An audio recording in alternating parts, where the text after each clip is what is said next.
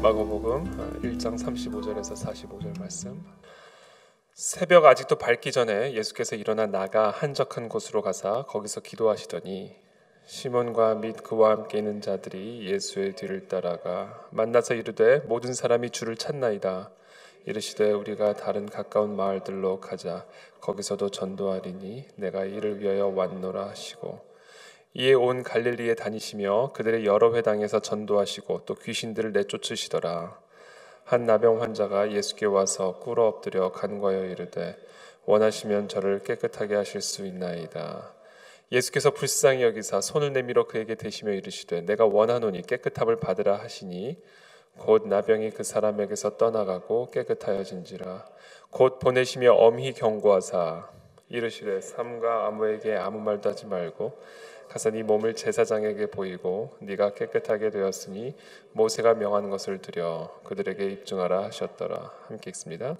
그러나 그 사람이 나가서 이 일을 많이 전파하여 널리 퍼지게 하니 그러므로 예수께서 다시는 드러나게 동네에 들어가지 못하시고 오직 바깥 한적한 곳에 계셨으나 사방에서 사람들이 그에게 나오더라. 아멘.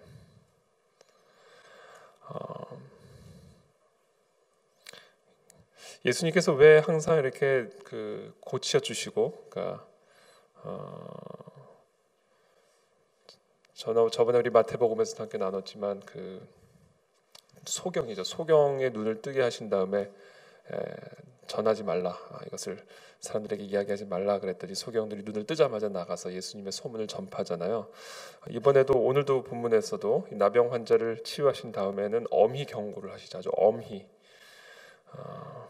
아주 강하게 경고하셨다 이렇게 되어 있습니다.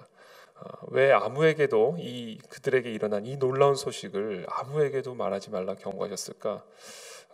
그 이유 중에 하나는 저는 여러 가지 이유가 있지만 결국은 예수 그리스도의 이 복음 선포, 복음 전도에 방해되는 것을 막기 위함이 아니었을까?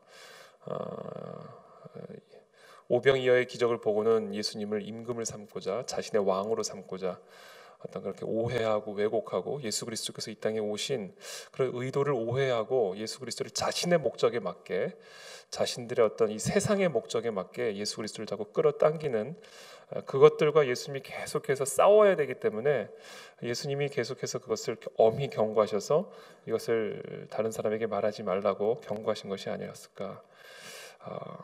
여러 가지 이유가 있지만 이 예수 그리스도의 사역에 이것이 결국 궁극적으로는 도움이 되기보다는 방해가 될 것을 염려하셨기 때문이라는 생각이 듭니다. 그럼에도 불구하고 사람들은 자신이 태어나서 처음 경험한 이런 초자연적인 역사, 자기 삶에 일어난, 남에게 일어난 것도 참 놀라울 텐데 자기 삶에 일어난 이 놀라운 초자연적인 사건을 경험하고는 침묵할 수가 없었죠. 그래서 자신에게 일어난 이런 놀라운 사건들을 사람들에게 널리 전파를 합니다. 45절에 기록이 되어 있죠. 그러므로 예수께서는 다시는 드러나게 동네에 들어가지 못하시고 오직 바깥 한적한 곳에 계셨으나 이게 결국 이렇게 된 거죠. 들어갈 수가 없는 거예요. 예수님이 들어가셔서 하나님의 나라의 복음을 가르치고 전도를 해야 되는데 자꾸 사람들이 이렇게 이런 예수님의 초자연적인 사건을 보고는 예수님에 대해서 오해하기도 하고 예수님을 자신의 임금으로 삼고자 하기도 하고 또는 바리새인이나 이런 서기관들은 예수님을 공격해서 어떻게 해서든지 그의 영향력을 차단하려고 하고, 그러니까 여러 가지 예수님을 불편하게 만드는 상황이 만들어지는 거죠. 그래서 예수님께서 이 동네에 들어가지 못하고 바깥 한적한 곳에 계실 수밖에 없었던 겁니다. 근데 놀라운 사실은 예수님이 들어가지 않았는데 사람들이 나오기 시작하는 거예요. 예수님께로. 그래서 예수님이 한적한 곳에 계셨지만 사방에서 사람들이 그에게로 나오기 시작한 겁니다.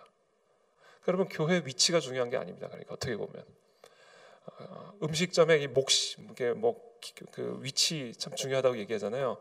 그래서 사실 여러분들도 경험해 보셨지만 맛집은요 어디에 있든지 갑니다. 어디에 있든지. 병원도 마찬가지입니다. 병원도 용하다는 의사 선생님이 있으면요 그 위치를 어떻게 해서든지 알아내서라도 갑니다. 이게 내비게이션에 나와 있지 않아도 어떻게 해서든지 찾아 들어가죠. 이게 영향력이라는 것 같아요. 영향력의 이 본질. 영향력은 사람들을 이렇게 끌어당기는 힘이 있습니다. 어디에 있든지. 예수님이 비록 동네 속으로 들어가지 못하고 바깥 한적한 곳에 계셔도 사람들이 그곳으로 사방에서 나오는 그런 역사들을 보게 되는 것이죠. 이 영향력, 저는 제가 예전에 설교 때도 얘기했지만 제 마음의 중심에 있는 제 가장 원하고 바라는 거, 태희야 너에게 원하는 게 하나 있다면 무엇이냐? 솔로몬은 지혜를 얘기했다면 저는요 영향력을 원합니다. 저는 그게 제 마음의 소원이에요. 예수 그리스도의 거룩한 영향력을 드러내는 거. 그래서 그리스도께로 끌어당길 수 있는, 어둠에서 빛으로 끌어낼 수 있는 그런 거룩한 영적인 영향력을 저는 제 마음의 중심으로 원합니다. 저는 그것이 모든 우리 그리스도인들에게 주어진 축복이고 권세고 또 소원이 되어야 된다고 저는 믿습니다. 저는 우리 사랑하는 우리 모든 칸의 진리교회 성도들에게 그와 같은 영향력이 있게 되기를 축복합니다. 사람들이 어려움을 만났을 때 그 사람을 찾아가고자 하는 마음, 참 이 인생의 큰 어려움과 도전을 만났을 때 왠지 그 사람에게 가면 왠지 위로를 받을 수 있을 것 같고, 왠지 지혜를 얻을 수 있을 것 같고, 왠지 그 사람의 말을 들으면 삶의 길이 보일 것 같고 빛을 발견할 수 있을 것 같은 그런 기대감을 갖게 만드는 그런 거룩한 영향력, 그것이 결국은 세상의 소금과 빛으로 부름받은 저와 여러분들에게 주어진 권세죠. 권세. 그 권세를 누구에게 준다? 나를 따라오는 자에게 준다. 나를 따라오는 자, 그리스도를 따라가는 자에게 그리스도의 권세를 나누어 주시고, 그리스도를 따라가는 자에게 그리스도의 빛을 함께 나누어 주셔서 그 그리스도의 뜻을 이 땅에서 계속해서 우리 모두가 이루어갈 수 있도록 하신다라는 거예요. 그렇다면 그리스도를 따라간다는 것은 어떤 것인가? 그리스도의 권위를 우리가 받기 위해서, 그리스도의 그 빛을 우리도 나누어 받기 위해서, 그래서 예수 그리스도께서 다시 오시는 그날까지 이 땅에서 그리스도의 그 사명을 우리가 계속해서 감당하기 위해서 우리는 무엇을 해야 될까? 오늘 예수님이 그 모습을 보여주시는데, 첫 번째는 새벽 아직도 밝기 전에 예수께서 일어나 나가 한적한 곳으로 가서 거기서 기도하시더니입니다. 기도하시더니. 하나님께서 두루 하늘에서 감찰하사 전심으로 자기를 찾는 자들을 찾고 계시는데 그들에게 자신의 능력을 부어주기 위함이라, 이렇게 말씀하셨습니다. 하나님은 자기를 전심으로 찾는 자, 전심으로 기도하는 자, 하나님의 권능을 전심으로 구하고 찾는 자에게 하나님의 능력을 부어주시기를 원하시는 거예요. 제가 저번에도 몇 달 전에도 설교했잖아요. 마치 스팟라이트를 쫙 비추는 것처럼 그 경찰이 헬리콥터에서 이렇게 범인 수색할 때 스팟라이트 쫙 비추는 것처럼, 이게 얘는 조금 그렇지만 하나님께서도 그와 같은 스팟라이트를 쫙 비추면서 전심으로 자기를 찾는 자들을 이렇게 쫙 두루 감찰하고 계신다는 거예요. 그리고 딱 발견하는 순간 하나님의 능력을 부어주신다는 겁니다. 그것을 예수님께서 우리에게 모범을 보여주고 계시죠.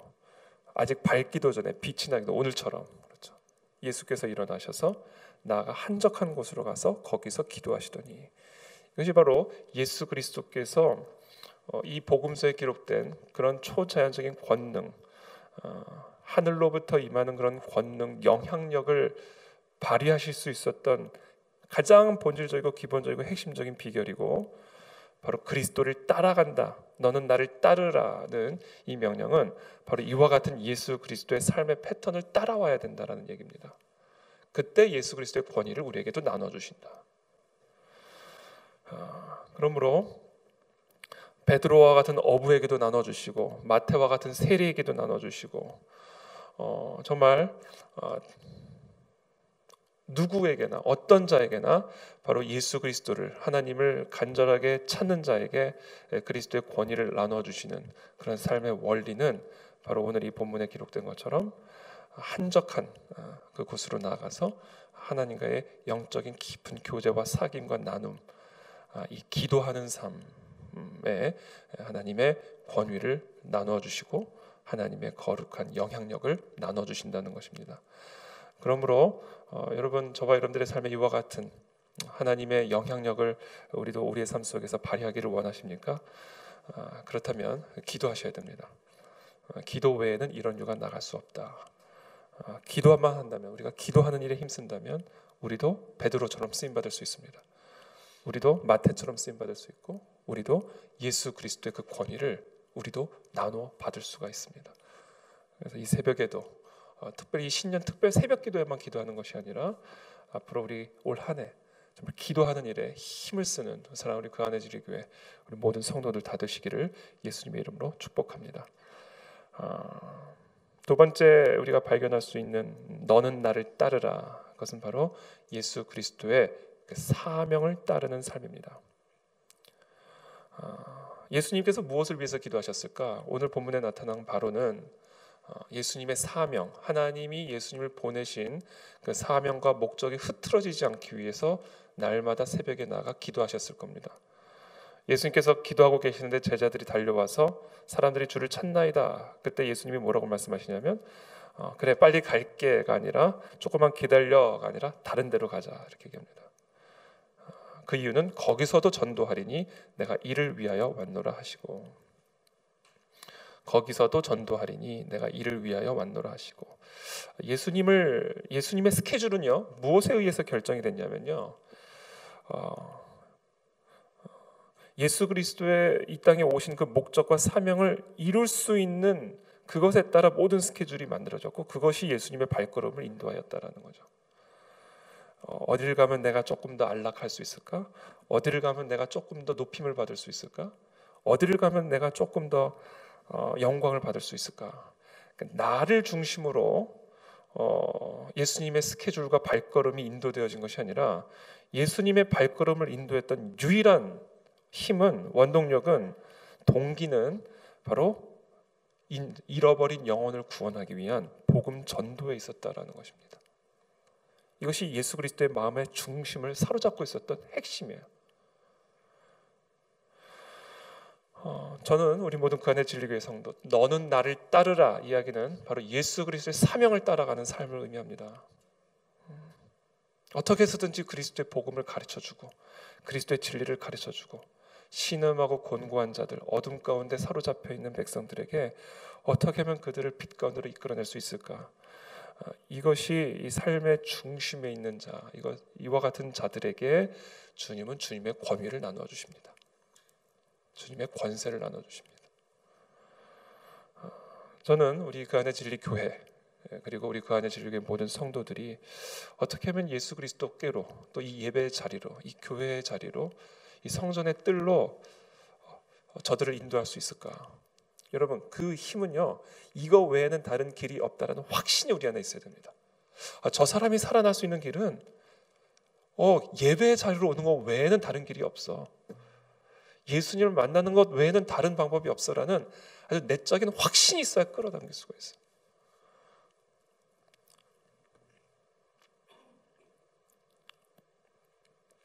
그래서 우리 안에 정말 우리 교회, 우리 그 안에 진리 교회가 저 사람이 이 교회에 오면 살아날 수 있어 라는 확신을 가질 수 있는 그런 교회가 되기를 바라고, 또 우리가 주변에서 만나는 자들에게 순간순간 기회를 포착해서 특별히 어렵고 고난과 말할 수 없는 고통, 아무리 봐도 다른 대안이 없는 그런 곤고한 자들을 딱 상황을 캐치를 해서 그들을 예수 그리스도께로 인도할 수 있는, 정말 사람을 낚을 수 있는 그런 영적 영향력을 발휘할 수 있는 사랑하는 우리 모든 성도들이 다 되시기를 예수님의 이름으로 축복합니다. 마지막으로 세 번째는 나병 환자를 만나죠.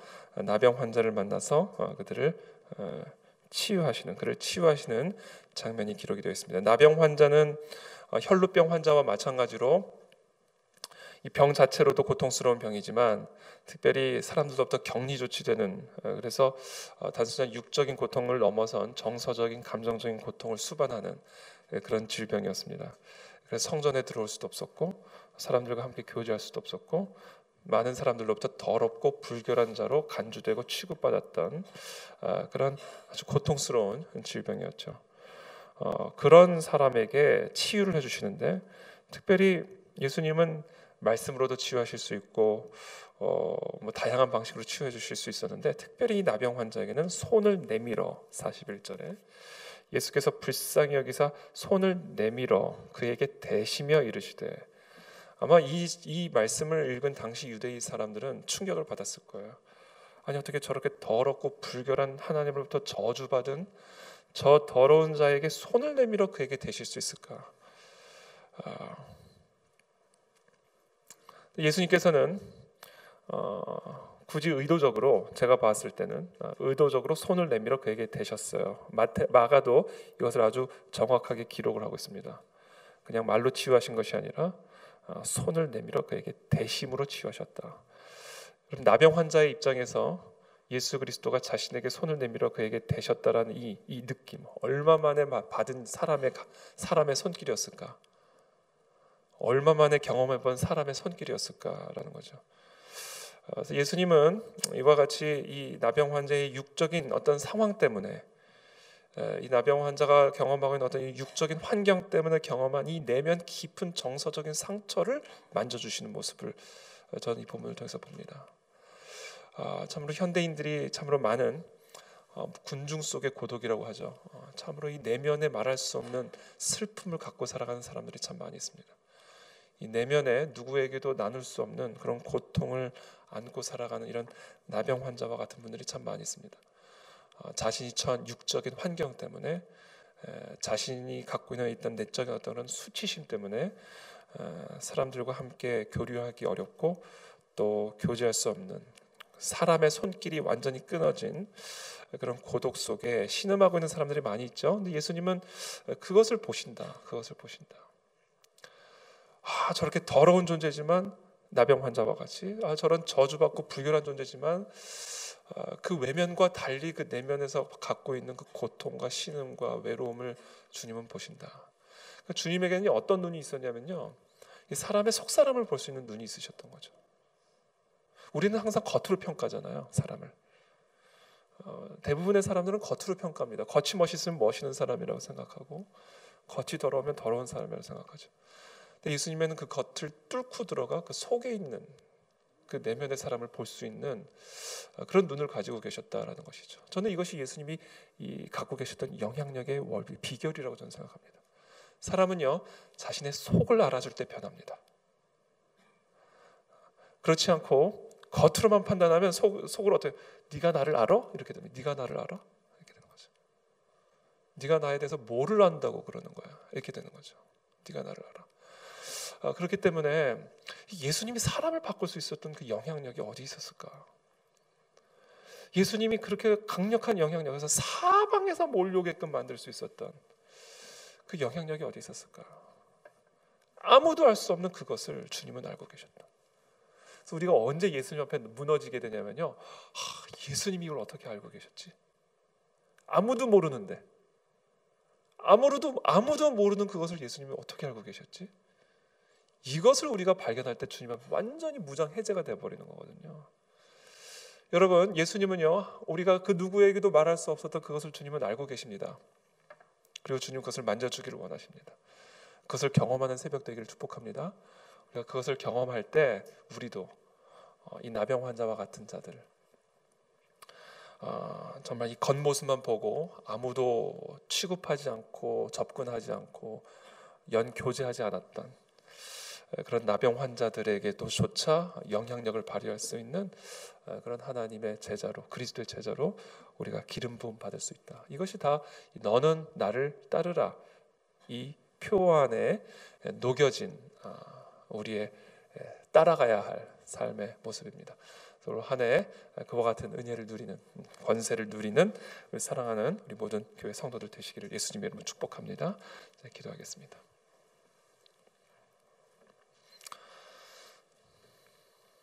살아계신 주님, 감사합니다. 오늘 이 새벽에 우리에게 주신 말씀을 기억합니다. 너는 나를 따르라. 정말 예수 그리스도의 그 기도의 삶을 따르는 우리 모든 제자들이 다 될 수 있게 되기를 원합니다. 나의 지혜나 나의 능력을 의지하는 것이 아니라 한적한 곳에 나아가 주님의 능력이 아니면, 하나님의 능력이 아니시면 주님, 나는 살 수 없습니다. 정말 예수 그리스도께 부르짖는 그런 기도의 삶을 따르는 우리 모든 그 안의 진리교회, 또 우리 모든 성도들이 되실 수 있도록 주님, 우리 모두에게 기도의 영을 부어 주시옵소서. 또한 주님이